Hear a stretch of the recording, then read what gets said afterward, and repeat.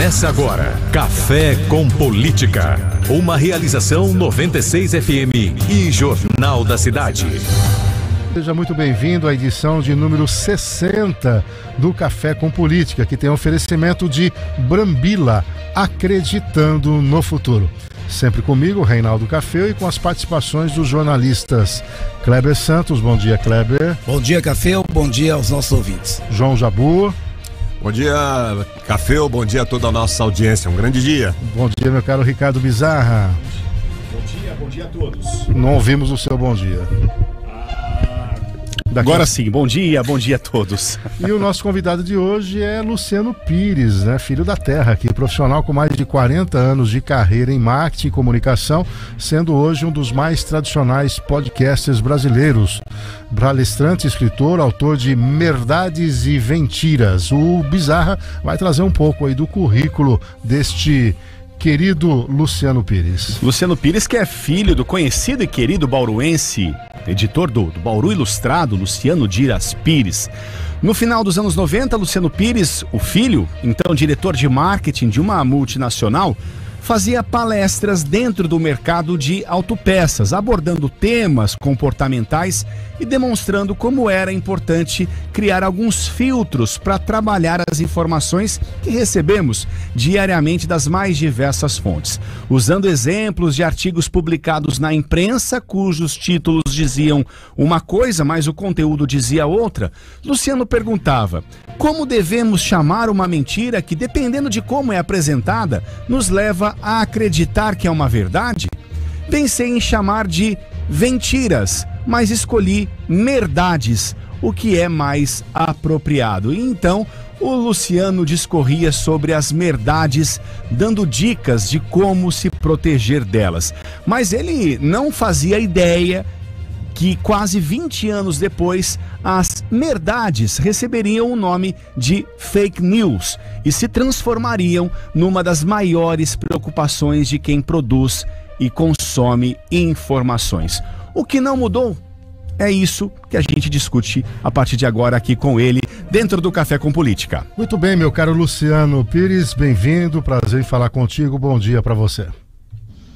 Bom dia, meus caros, muito prazer estar aqui indo ao ar numa rádio de Bauru, a minha terra querida, né? Eu saí daí com 18 anos de idade, estou com 66 para 67 hoje, virei muito mais um paulistano do que o bauruense, mas eu saí de Bauru, mas Bauru não sai daqui do coração da gente, né? Então, falar com vocês é muito bom. Bom dia a todos, bom dia aos ouvintes. Vamos aí. Ouvintes, telespectadores, porque agora tá tudo combinado, né? Então, eu vou repetir o bordão da minha abertura do meu podcast Café Brasil, que é bom dia, boa tarde, boa noite, já que eu não sei exatamente que horas vocês vão estar assistindo isso aqui. Muito bem, o Alberto Davos manda um abraço aí pra você, viu, Luciano? Grande, o Davos fez a ponte para essa nossa conversa aqui, né? Exatamente. Grande figura. Bom, aqui na bancada eu, Reinaldo Café, o Bizarra tá ali na retaguarda e participa também, o João Jabur e o Kleber Santos. Vamos começar, o Luciano, já falando da questão da fake news, né? Há uma discussão presente, né, sobre o que está por trás. De um lado, os artistas defendem ali aquelas cláusulas em relação aos direitos autorais, né? Muitos artistas que estão vendo a reprodução de trechos de novelas históricas, minissérie, fala, puxa vida, estão usando a minha imagem, muitos ganhando dinheiro e eu não recebo absolutamente nada. Mas no contexto geral, no bojo disso tudo, surge também uma possibilidade de um órgão regulamentador, quer dizer, para verificar o que é verdade, o que é mentira, o que é merdade, o que é mentira, enfim. Como é que você está vendo essa perspectiva de termos uma ingerência, vamos dizer, uma regulamentação deste mundo das redes sociais? Primeiro tem uma trucagem aí, né? São dois assuntos que são completamente distintos, tem nada a ver uma coisa com a outra, e o pessoal se aproveita de uma oportunidade aí para dizer que vai ajudar a vida dos artistas, coloca dentro de um projeto que tem a ver com outra coisa e usa isso como uma forma de atrair essa classe artística toda para dentro. Então não tem nada a ver uma coisa com a outra, né? Eu acho que essa discussão da censura ou da regulamentação é um negócio muito complicado. Na minha posição, eu acho que já existem leis suficientes para você poder se proteger dos ataques que você tiver com mentira, se tiver a sua moral, se você for atingido de alguma forma, você já tem como recorrer, cara. Tem lei penal, tem o Código Penal, tem o Código da Internet, tem um monte de leis à disposição e já estão colocando os caras fora do ar, quer dizer, mesmo sem nenhuma lei, sem aprovação lá do projeto, já tiram as pessoas do ar, já botam o cara na cadeia, quer dizer, não é preciso mais regulamentação.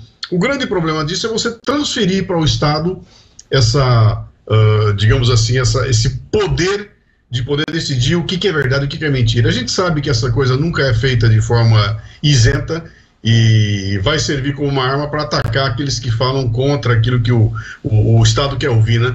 Então eu acho muito perigoso a gente transferir para o Estado esse poder, e as experiências que aconteceram no mundo aí, nenhuma delas são boas, né? Elas são bem complicadas. Além disso, existe uma outra discussão que é natural, e essa eu acho que sim tem que ser feita, que é até onde vai a responsabilidade dessa coisa híbrida que são os portais que trazem notícias. A gente não sabe direito o que é aquilo. Será que aquilo é só eles são editores, eles têm que ter responsabilidade sobre o conteúdo que está colocado ali? É apenas uma plataforma de divulgação de notícias? Essa discussão, para mim, tem que acontecer. Aí sim, nós podemos discutir algum tipo de regulamentação para definir exatamente o que é. Se um jornal tradicional, se uma rádio tradicional, ela é responsável por aquilo que vai ao ar, por que é que um portal que leva as notícias mais diversas não pode ser também, né? Então, essa tem cabimento, mas o restante, cara, levar para alguém o poder de julgar o que é verdade e o que é mentira, eu acho extremamente complicado e não confio que o Estado é capaz de fazer uma coisa dessa, não. Vai acabar em censura pura e simples. Muito bem, um questionamento aqui do Kleber Santos. Luciano, não é segredo para ninguém que de um mesmo gabinete do STF tem saído ordens não só punindo políticos que pensam diferente, mas também cerceando o jornalismo, punindo jornalista, inclusive, como você falou agora há pouco, desmonetizando canais do YouTube de determinados comentaristas e jornalistas. Eu gostaria de ouvir a sua opinião em relação a essa censura por parte do STF, num país que tem lei teoricamente garantindo a liberdade de expressão. Kleber, é complicado, porque se você reparar, a censura é para um lado só, né? Quem é tirado do ar, quem é desmonetizado é um lado só. É só quem fala, quem segue uma determinada linha, né? Eu não quero partidarizar a coisa, é impossível a gente não polarizar, mas eu vou tentar aqui não botar nome de ninguém, porque tem certos nomes que quando você diz, cai o disjuntor do ouvinte, né? Você falou o nome, o disjuntor dele cai, ele não ouve mais nada do que tem adiante, ele já faz o julgamento dele ali, né?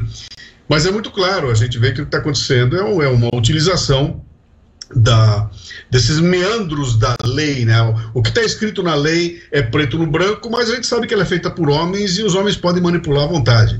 E o que nós estamos assistindo é exatamente o pessoal fazer o que quer com a lei, inclusive com aquilo que está escrito na Constituição. Cara, é a lei, ora a lei. Eu dou a ela a interpretação que eu quiser e baixo uma regra numa situação que eu confesso a vocês que eu nunca vi nada igual na minha vida, nem na época do regime militar.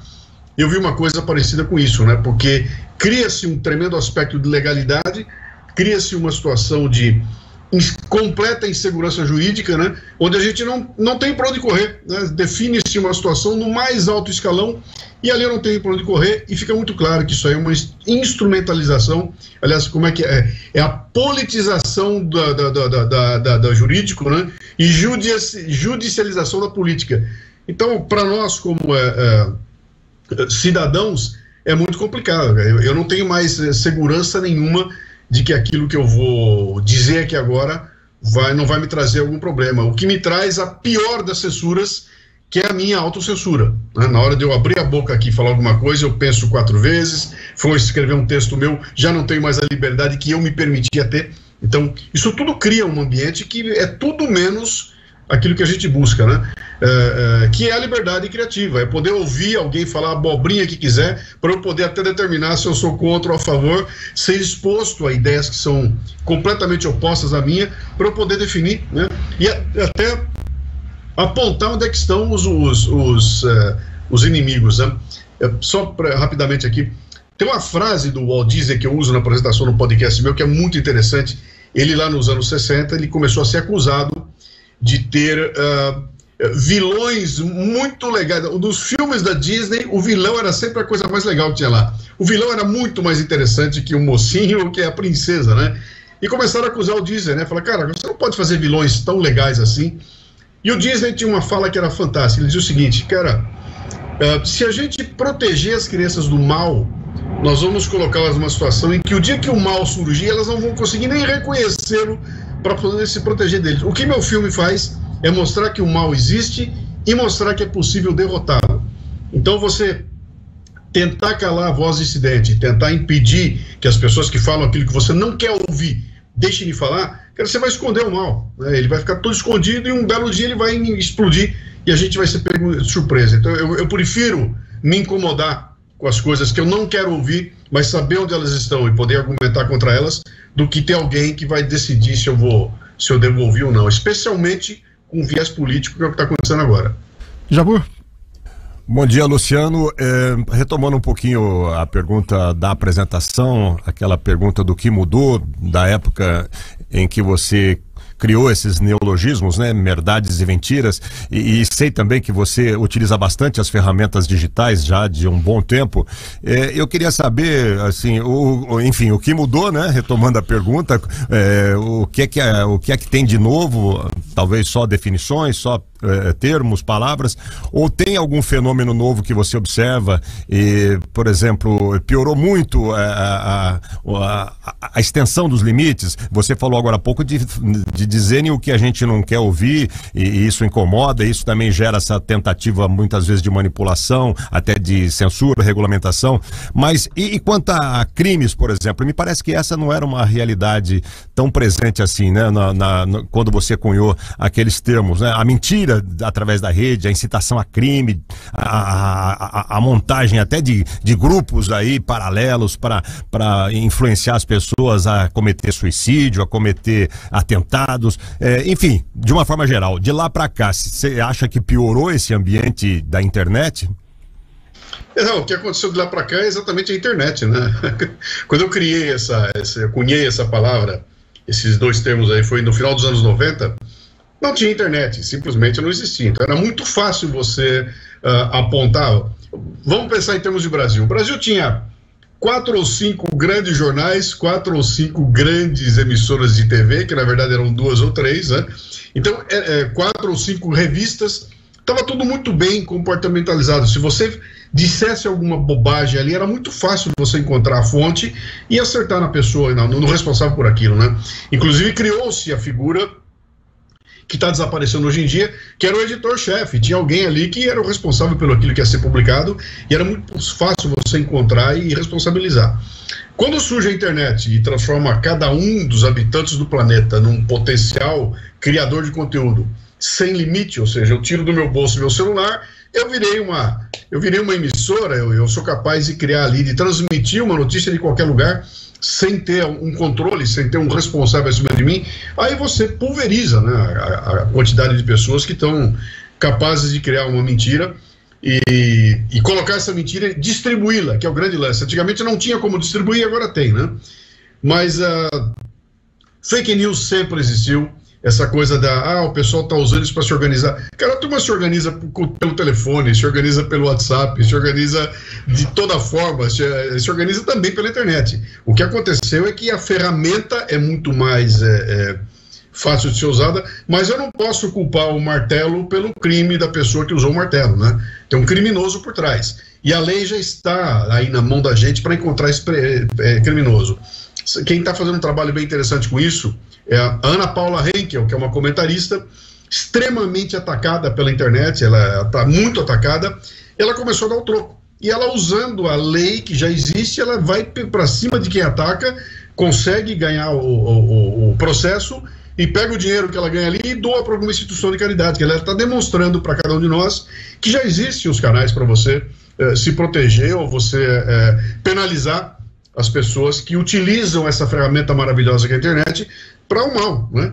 Então a ferramenta não é o problema, ela está aí. O que aconteceu de diferente dos anos 90 para cá é que o eixo do poder da distribuição foi pulverizado, né? Então, a gente saiu de 3 ou 4 grandes empresas que precisavam ter muito dinheiro, ter muita tecnologia para poder distribuir, para uma situação em que o custo de distribuição é nenhum. Então eu posso falar bobagem que eu quiser e tentar não ser penalizado. O grande problema aqui é a impunidade, né? Se a gente conseguir fazer o que a lei já diz, a gente consegue botar um freio nessa situação maluca que nós estamos vivendo hoje. Agora, Luciano, no seu livro, né, eu estou lendo inclusive, você traz ali alguns recortes da questão política recente, né? Você fez uma avaliação de uma série de fatos e notícias veiculadas, principalmente em relação ao Bolsonaro, e como por parte da mídia trata esse tema. O que você pode trazer à luz dessa investigação e dessa visão crítica que você teve em relação a verdades e mentiras?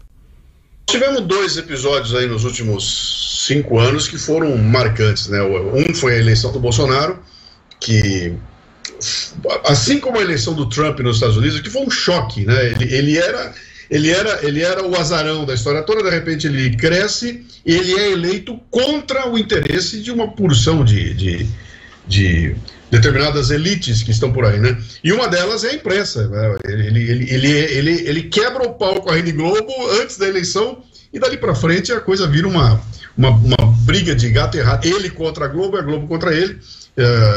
Então cria-se ali um ambiente em que perde-se completamente a capacidade de uma análise. Aquilo que eu brinquei no começo aqui, se eu disser para você no meio de uma conversa nossa a palavra Bolsonaro, cai o disjuntor do meu ouvinte e ele imediatamente vai começar a fazer o julgamento dele, dali para frente ele não escuta mais nada que está sendo dito, né? E foi isso que aconteceu.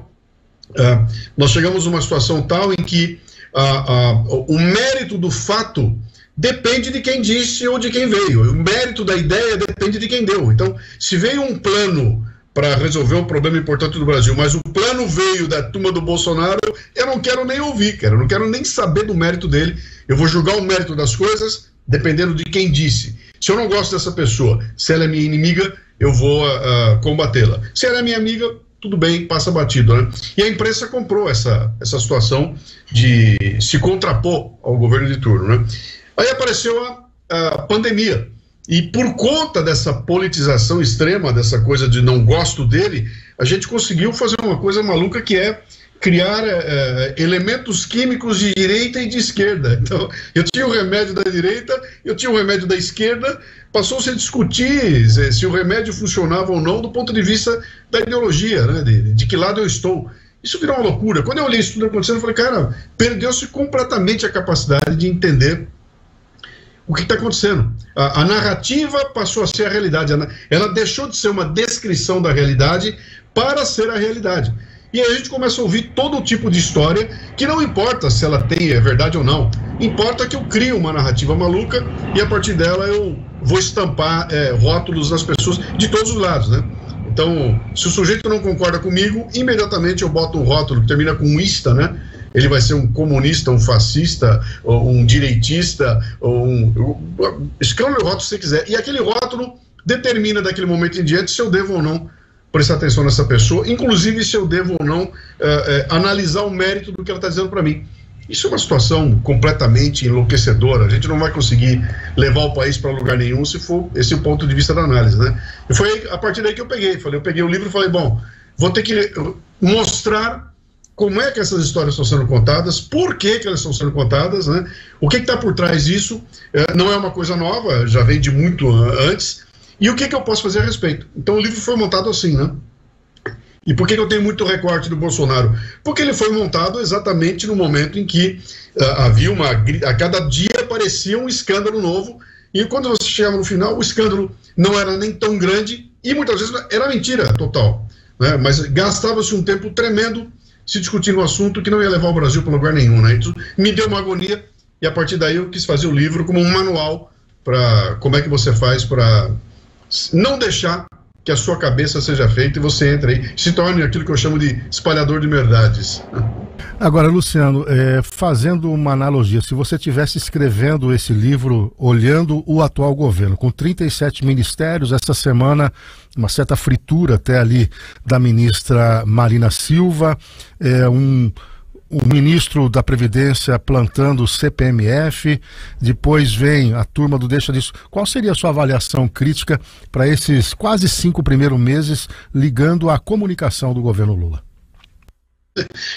A minha avaliação crítica eu acho muito engraçado as pessoas estarem olhando para isso e estarem espantadas, né? Ontem eu vi um vídeo do Gerson Camarote da Globo, com o olho arregalado, né? Reclamando que o Lula não desceu do palanque. Quem é que esperava alguma coisa diferente? Isso foi tudo. A gente já sabia o que ia acontecer, a gente sabia que estava superdimensionado, a gente sabia que houve uma série de conveniências para se ganhar a eleição e que, passada a eleição, o sistema montado ali, ele vai expelir os elementos que não tiverem totalmente de acordo com ele. Ele vai mandar para fora, vai botar fora a Marina, vai botar fora a Simone Tebet, todos aqueles não sei o que vão fazer com o Alckmin, vão ter que expulsar esses caras, porque é assim. Essa é a gênese desse grupo que assumiu o poder. Nunca foi diferente disso. Por que seria agora, né? Quem é que ia achar que agora nós vamos ter uma situação diferente daquilo que eles estão dizendo que vão fazer, diferente do comportamento que a gente assistiu nos últimos 30 ou 40 anos? Não tem nada de novo nisso. Então, quando eu olho o que está acontecendo, era isso que eu esperava. Eu estaria espantado se fosse o contrário. Se você dissesse para mim que, olha, entrou tudo nos eixos, estão lá com uma postura muito rígida na economia, não vão ser gastões.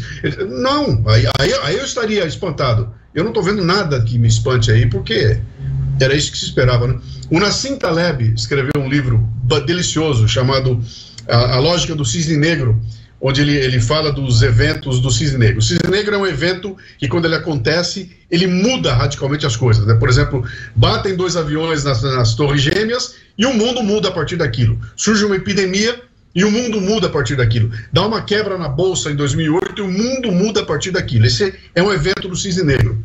E ele fala uma coisa, quando ele descreve como é que esse evento se comporta, num determinado momento ele fala o seguinte: esse evento, ele pega desprevenido quem estava desprevenido, quem não se preparou para ele, quem não tinha a menor ideia do que ele poderia acontecer. Cara, eu estava preparado para isso. Eu sabia que quando esses caras assumissem, era esse que ia ser o resultado. E não estou vendo nenhuma novidade disso. Então, eu realmente, o que me espanta é as pessoas ficarem espantadas com o que estão vendo acontecer. Bom, o Kleber, você assessora a área de marketing, vive da política, né? E o Luciano trouxe um recorte, fala um pouco dessa comunicação. Como é que você tem visto isso? Essa semana surge também aquelas soluções de 2 décadas. Vou investir no carro popular. Como é que você está vendo todo esse contexto, Cláudio? A gente vê, e concordo aí com o Luciano, o governo está batendo a cabeça ainda com essa nova era de comunicação. O Lula ainda está bastante analógico com relação à comunicação política e a comunicação de uma maneira geral. Então está havendo tanto atropelo do governo. Nesse momento, a grande preocupação, o grande foco, na verdade, é a classe média. Então, para tentar, alguns institutos de pesquisas mostram índices de popularidade do Lula caindo já. Eu vi essa semana mesmo pesquisa do interior de São Paulo. Na maioria das cidades tinha 2, 3 pontos, 4 a menos acontecendo isso. Eu vi em 5 pesquisas essa semana. E então agora, tentando baixar o preço do carro, o preço da gasolina, do combustível, né, de uma forma geral, o objetivo é esse, tentar segurar isso e melhorar na classe média, onde ele tem grande dificuldade. Então o foco nesse momento está sendo da comunicação, está sendo a classe média, para tentar reverter e melhorar a popularidade nesse segmento da sociedade. Café com Política, um oferecimento de Brambila, acreditando no futuro, registrando aqui algumas participações da nossa audiência. A Ellen Como Cai. Bom dia, como é prazeroso ter a oportunidade de ouvir um programa de qualidade com pessoas inteligentes. Gratidão. Nós é que agradecemos a sua audiência. Tem o Luiz Fernando também aqui, Luiz Fernando de Barra Bonita, registrando a audiência e parabenizando o Café com Política. E temos participações também de fora de Bauru, não é isso? Exatamente, estou recebendo aqui o WhatsApp do amigo Ronaldo, é o dono, o presidente do grupo Express, né, da Petro Express. trabalha aí com distribuição de combustíveis, e ele está dizendo aqui o seguinte: estou acompanhando aqui, pura verdade, realmente a Petrobras está virando o que era antes, mudança de política para manter a inflação, e com isso prejudica todo o agronegócio e commodities. Um grande abraço então para o Ronaldo Pederneiras, de Pederneiras. Perfeito. E hoje o Café com Política, com muito orgulho, recebe o filho da nossa cidade, mas já de renome internacional, Luciano Pires. Ô Luciano, tô perguntando pra você levantar um pouquinho, querem ver que tá escrito na tua camiseta, todo mundo perguntando, tá escrito. O que é? Admiro quem tem inteligência acima da mídia. Boa! Como é que é? Deixa eu emendar uma pergunta. Vai lá, então, Luciano, a gente sabe que você é crítico também da mídia tradicional, né? Você é crítico em todos os sentidos, em todos os setores da vida que merecem a crítica, mas acima de tudo a mídia tradicional. Nos diga um pouco sobre ela, o que é que você acha, para onde caminha, o que é que está acontecendo nesse momento em meio a esse turbilhão em que todos viraram editores, todos viraram jornalistas, todos viraram, enfim, comunicadores, e a mídia tradicional, Luciano? Jabur, eu comecei a minha vida profissional como revisor do então Diário de Bauru, que era um jornal feito por Linotipo. Atenção, a garotada mais nova aí, vai no Google procurar o que é Linotipo, né? E eu vivi todo o processo que você saiu do Linotipo, passou por Offset com o Jornal da Cidade, o primeiro jornal a publicar em cores, né, no interior do estado, inaugurou o Offset, toda essa loucura até chegar no digital. Eu estou dentro desse ambiente. Eu nunca ganhei a minha vida trabalhando na imprensa, para a imprensa, mas eu sempre estive perto dela, ou trabalhando para ela, ou sendo abastecendo-a de material. Mas eu sou um cara de comunicação, eu entrei de cabeça na comunicação desde que eu saí de Bauru aos 18 anos e nunca mais saí de perto dela, né? Então eu vivenciei todo esse processo de mudança que aconteceu no caminho. O que eu notei, que foi uma diferença brutal, e eu gosto de fazer um paralelo disso, se você nos anos 50, anos 60, se você estivesse no Rio de Janeiro e entrasse na redação do Jornal do Brasil, cara, você corria o risco de trombar com o Nelson Rodrigues numa mesa. Se você estivesse em Minas, você ia trombar com o Carlos Drummond de Andrade na outra mesa. Havia toda eu vou usar uma palavra que tá na moda agora. Havia todo um arcabouço literário, né, em que você trazia para dentro da própria imprensa uma preocupação, sabe, de escrever bem, de trazer uma visão de pontos diferentes. Tinham ali caras muito densos, grandes comentaristas, né? Tinha toda uma preocupação ali que se perdeu com o tempo. Um dos exemplos, os jornais, as redes de televisão mandavam para o exterior para fazer a cobertura de jogos de futebol, da Copa do Mundo, de guerra, mandava alguém nosso para lá, né?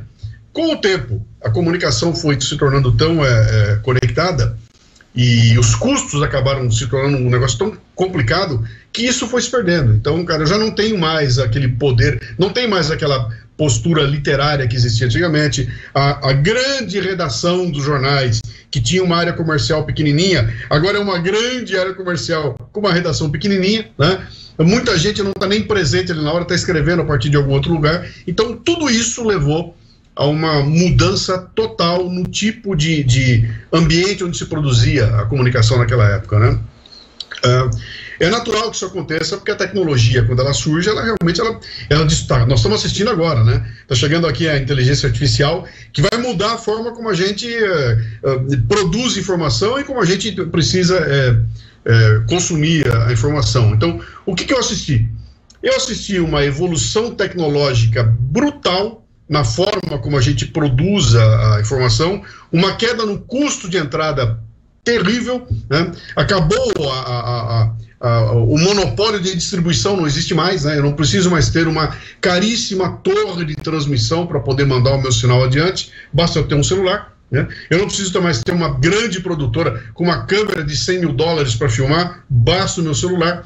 E tudo isso fez com que o custo de entrada caísse demais, né? Então todo mundo se viu no direito de pegar o seu microfone e sair por aí falando, e alguns conseguiram atrair 10, 15, 20, 70 milhões de pessoas assistindo um sujeito que com a sua câmerazinha está produzindo ali. Isso é um choque cultural que a gente não entendeu ainda como é que ele está funcionando, né?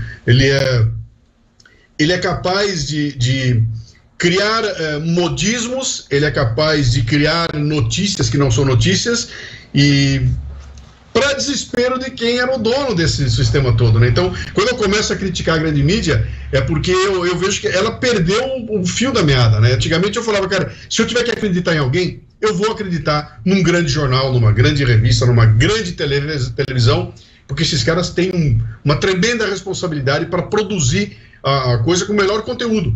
E de repente eu descobri que uma pancada de coisa que eu ouvi ali era mentira.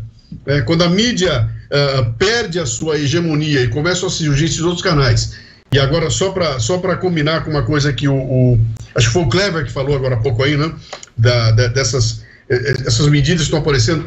Cara, o político aparece na televisão e fala alguma coisa, ele é desmentido em 15 segundos. O Twitter agora colocou lá uma barrinha ali embaixo que aparece, o sujeito dá uma tweetada, imediatamente embaixo aparece o desmentido daquilo, né? Então, isso mudou completamente a dinâmica de geração e de consumo de conteúdo.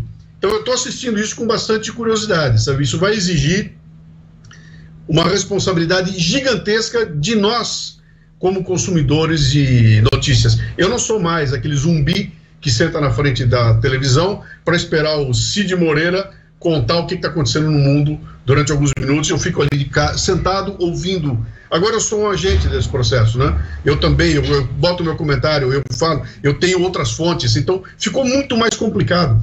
Dá muito mais trabalho você consumir hoje a informação do que nós tínhamos antigamente. Antigamente eu consumia de uma forma inerte, hoje eu sou obrigado a estudar, saber se aquilo que eu estou vendo é verdade ou não, se a foto que eu estou olhando aqui agora é verdadeira ou não. Ele está ficando uma loucura, né? Porque está cada vez mais difícil a gente entender se aquilo é verdade ou mentira. Então, muda a minha postura como consumidor. E aí acho que vai ser a grande revolução. Então, Luciano, e sobre isso, né, o Kleber tem também uma posição e uma pergunta sobre a inteligência artificial, é isso? Exatamente.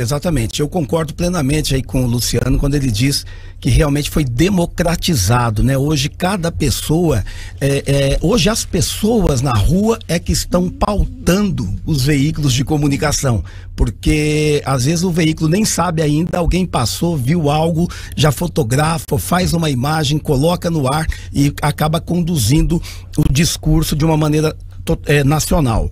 A minha pergunta é o seguinte, Luciano, você que acompanhou, também tive a oportunidade de caminhar boa parte disso tudo que você falou. Quando eu cheguei, por exemplo, na Globo em São Paulo, estava tirando de circulação o filme, ainda era uma maquininha de filme, passando por portátil, que é aquele famoso VT, 5 pessoas para fazer uma imagem. Sempre a equipe saía com 5 pessoas e hoje um só faz tudo e não há mais aquela necessidade em função da evolução da tecnologia. Mas o que eu gostaria de falar com você agora, nós chegamos à inteligência artificial. Na semana passada, nos Estados Unidos, montado lá, a Rihanna não entrou em estúdio, não fez letra nova, mas surgiu uma música dela nova, inédita, com milhões de visualizações, um sucesso, tiveram que recolher, porque não era ela, não tinha nada a ver. Isso está acontecendo bastante. Mortos lançando canções inéditas, porque a inteligência artificial está permitindo isso.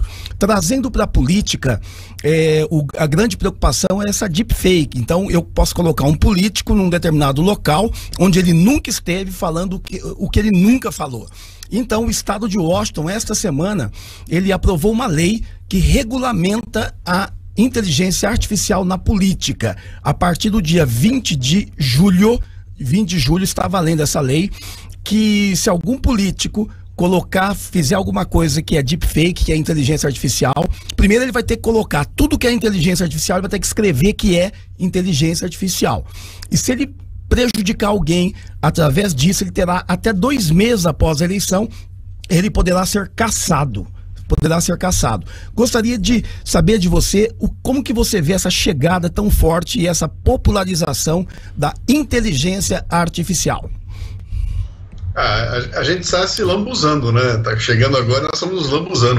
Semana passada aconteceu outro lance interessante. Publicaram uma foto feita por inteligência artificial que mostrava uma explosão lá no Pentágono, nos Estados Unidos, né? Nunca aconteceu, mas a foto foi publicada, de repente ela estava em todos os portais, O que aconteceu com a Bolsa Americana? Ela deu um pico e uma queda gigantesca. E naquele período de algumas horas, entre a publicação daquela imagem, o escândalo, e o pessoal aparecer para dizer, olha, era mentira, isso é inteligência artificial, alguém ganhou bilhões e alguém perdeu bilhões, né? Então você não precisa de muito, basta algumas horas de confusão para você conseguir manipular até a Bolsa de Valores, né? Quer dizer, é isso que nós estamos vivendo, né?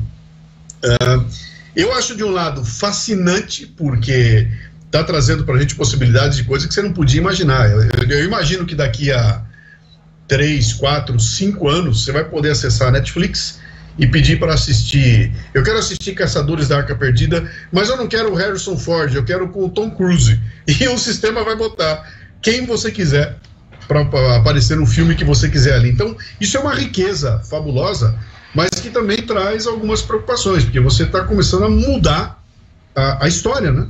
Você muda a realidade. E volto para aquilo que eu disse anteriormente, se você não tiver a preocupação como consumidor de notícias, de checar de onde veio. Então, eu estava outro dia fazendo uma experiência comigo aqui, para ver como é difícil hoje, para mim, que trabalho com isso, fazer um post a partir de uma notícia que eu vi em algum lugar. Então, apareceu uma notícia escandalosa, com uma foto escandalosa ali. Meu primeiro impulso é pegar aquilo, fazer o link, fazer um comentário e publicar nas minhas redes, né? Mas aí eu olho para aquilo e falo, deixa eu ver o que está acontecendo. Então, primeiro, eu capturo aquela foto, vou no Google Reverse e faço uma busca daquela foto para ver se aquela foto é real, se ela existe, de onde ela veio. E, cara, a todo momento eu encontro loucuras. A foto não é daquele lugar, a foto é muito mais antiga, aquilo foi manipulado, né? Então, se eu não fizer essa minha pequena lição de casa, eu serei outro espalhador de verdades, né? E com a inteligência artificial, então, vai ficar cada vez mais difícil da gente entender o que é o que. Então, nós não vamos poder mais nos fiar num vídeo. Eu não posso mais acreditar num vídeo, eu não posso mais acreditar numa voz. Eu vou receber uma ligação telefônica de alguém me pedindo dinheiro, é a voz do meu filho e não é meu filho. Quer dizer, olha a situação em que nós, como consumidores, estamos sendo colocados. Quer dizer, você vai ter que ampliar o teu repertório, você vai ter que criar a tua malandragem de bater o olho. É uma coisa que a gente desenvolve, né? Hoje em dia eu bato o olho numa notícia, eu já sinto o cheiro pera um pouquinho, cara, tá conveniente demais para ser verdade. Deixa eu investigar isso um pouquinho mais, né?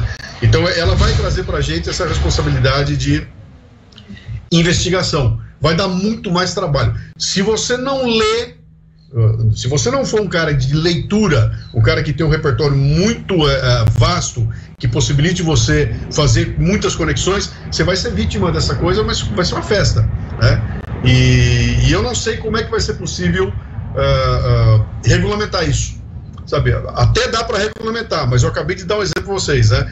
Entre o momento em que foi publicada a foto mentirosa e foi dito que aquilo era mentira, passaram-se algumas horas, foi o suficiente para derrubar a bolsa. Então, como é que nós vamos segurar isso? Vai ser impossível, né? É um momento, cara, de muita preocupação. Não à toa, os caras que criaram a inteligência artificial, o Elon Musk, estão avisando, cara, cuidado, vamos devagar, bota o pé no freio. Esse treco é muito perigoso, porque nós não sabemos ainda qual é o desdobramento que ele vai dar, né? Então eu estou entre maravilhado e preocupado. Ô, Luciano, nós estamos indo para a reta final, tem mais duas questões, se você puder dar uma abreviada na resposta. Eu queria saber de você, essa semana saiu muito forte na mídia um certo protagonismo da primeira-dama, a Janja, inclusive a partir de uma visita de um deputado que esteve no local, não sei se foi um ministro, querendo levar um problema para o Lula. E ela, dizem os interlocutores que no canto ela falou, não traga mais problema para o meu marido. E já uma ciumeira da Gleisi e de outras questões, e estão chamando ela de presidenta Janja. Como é que você vê um protagonismo, entre aspas, da primeira-dama brasileira? Eu vejo com saudade de algumas outras primeiras damas que nós tivemos aí, né? E estavam focando a energia delas em produzir alguma coisa importante para a sociedade, né? Fernando Henrique, e assim foi. A gente vê uma coisa muito Cara, isso é muito pouco, sabe? Essa fofocalhada. A Ruth Cardoso, né? A Ruth Cardoso. Não entendi. A Ruth Cardoso, né? A esposa. A dona Ruth Cardoso, cara, que tinha uma postura ali que você via. Ela estava desempenhando um papel ali que ela tinha consciência do que ela fazia. Ela não estava preocupada com fofoca, não estava preocupada. Estava preocupada em produzir algo importante para a sociedade, né? E eu não vejo mais isso. Eu vejo assim um deslumbre total e não vejo recato, sabe? E vejo isso com muita preocupação. Se isso é verdade, e eu acho que tem muita fofoca também nisso aí, a gente precisa ficar um pouco preocupado aí, porque mostra que tem uma ingerência em coisas que vão dar impacto na vida da gente aí. Mas, cara, é tão fofoca que eu não gosto nem de perder tempo com essa conversa, não. Agora, Luciano, saiu uma pesquisa do Paraná Pesquisas divulgando que o governador de São Paulo, Tarcísio de Freitas, é visto quase 26% da população como um possível sucessor político do ex-presidente Bolsonaro. Seria uma representação do centro à direita. Na segunda posição, com 14,3%, a Michele Bolsonaro. Depois viria o Romeu Zema, do Novo, com 9,3%. E depois vem o senador Flávio Bolsonaro, o Ratinho Júnior. Como é que você vê o desempenho do Tarcísio Freitas, e ele pode representar efetivamente uma nova direita, vamos dizer, saindo um pouco do populismo e mesclando um pouco de gestor com essas ideias mais conservadoras? Acho que ele tem todas as condições, ele tá com a faca e o queijo na mão, ele tem um orçamento maior que o orçamento da União na mão dele aí, ele é um cara que executa, é um cara que sabe fazer, ele é muito esperto, né? E ele não é um animal político na acepção de política pela política. Ele é um cara que ele faz acontecer. Ele é capaz de causar um impacto muito grande aqui em São Paulo, a ponto de levá-lo para a linha de frente com um possível... Cara, é muito cedo ainda para a gente olhar para essas pesquisas, porque cara, até lá vai acontecer muita coisa, né? Mas eu acho que ele tem alguns predicados interessantes, ele consegue conversar com todas as alas, né? Ele não é aquele bicho odiado, né? Ele consegue trazer uma opinião de fora e colocar junto de si, ele consegue ter na equipe dele gente das cores mais diversas ali. Ele vem da prática, ele fala uma coisa muito interessante, ele fala, cara, um cara na minha posição jamais chegaria a ministro, e eu agradeço o Bolsonaro a vida toda por ele ter me colocado ali, porque eu era um técnico, e de repente ele vai para lá e ele aparece pela capacidade de execução ali. Então eu acho que ele tem essa chance, quando você fizer a coisa com o pé no chão, ele vai chegar com a corda toda ali, cara. E a Michele vai depender do que vai acontecer com o Bolsonaro ao longo do tempo aí, porque esse amor por ela aí, se ela ficar apagada, isso vai se perder com o tempo, mas é muito cedo ainda. Mas eu vejo o nosso Tarcísio aí com grandes possibilidades, viu? Temos uma pergunta de um ouvinte, é isso, Bizarra? Isso, Marcelo Alias, vamos ouvi-lo. No final das contas, quem que vai sair ganhando com tudo isso que está acontecendo? Não só com o poder midiático, como o poder da inteligência artificial, em detrimento, podemos dizer assim, ao poder do ser humano. Essa transição, esse lapso, quem que vai definir isso? Como que nós vamos saber qual vai ser a melhor conduta a ser tomada? A sensibilidade humana ou qualquer outro artifício de mídia ou de inteligência, etc e tal? Um abraço, querido. Fica com Deus. Dr. Marcelo Alias. Olha, eu tenho muita fé no gênio humano, sabe? A gente, quando chega na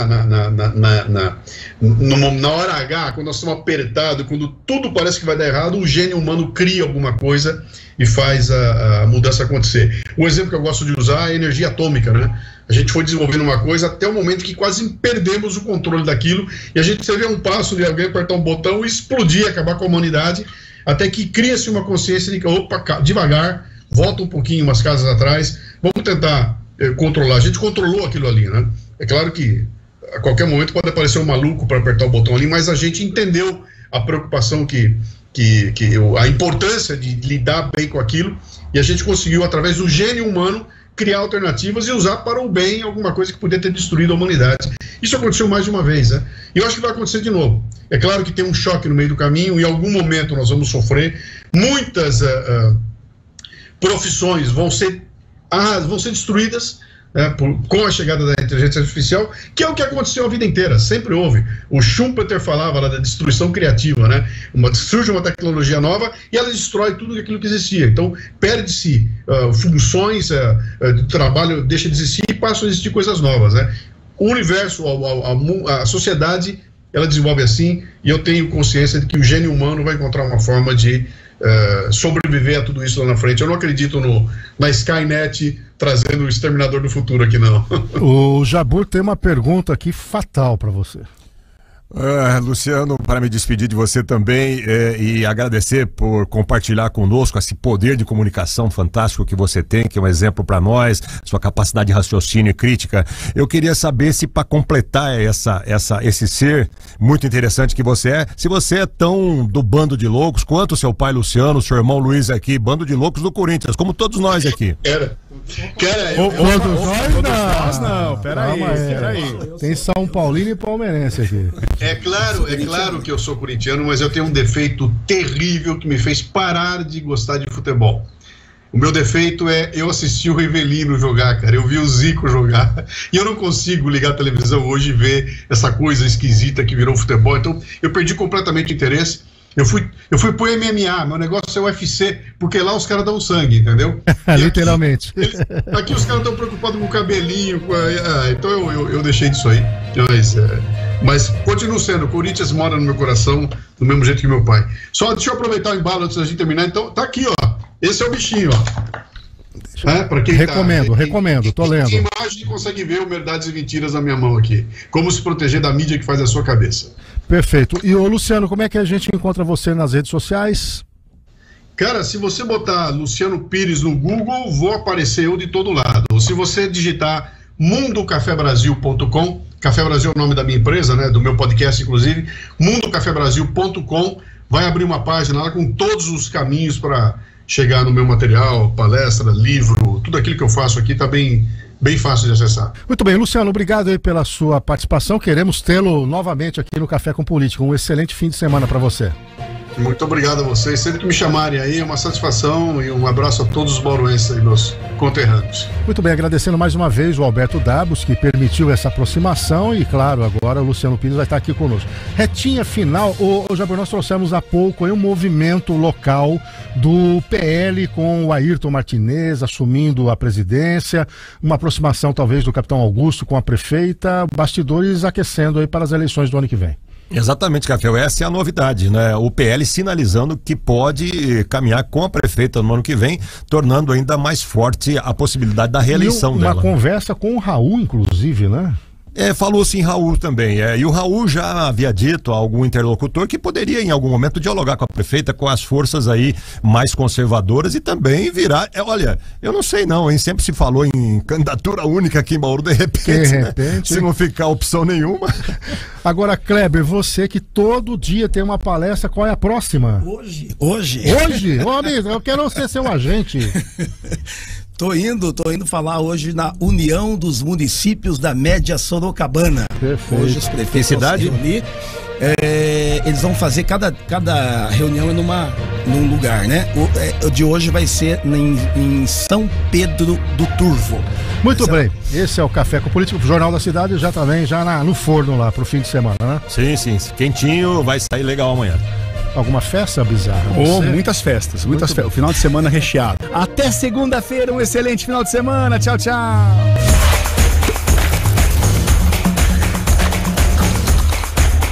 Café com Política.